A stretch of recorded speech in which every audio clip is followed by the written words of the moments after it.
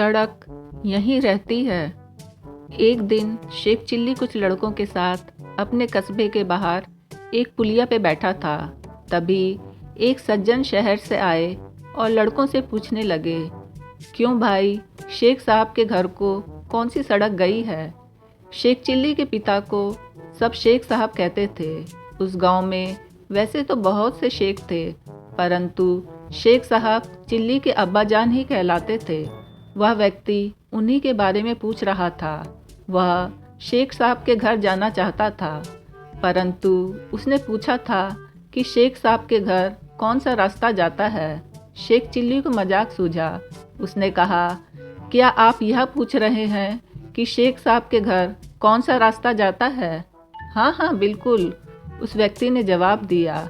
इससे पहले कि कोई लड़का बोले, शेख चिल्ली बोल पड़ा, इन तीनों में से कोई भी रास्ता नहीं जाता। तो कौन सा रास्ता जाता है?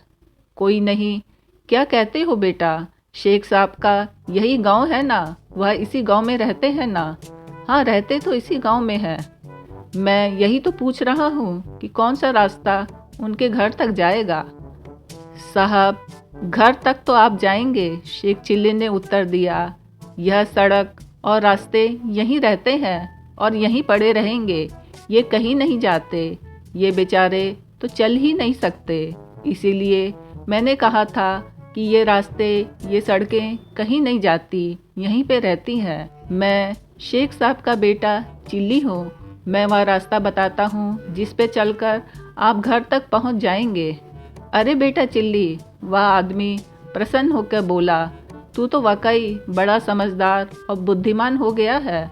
तू छोटा सा था जब मैं गांव आया था। मैंने गोद में खिलाया है तुझे।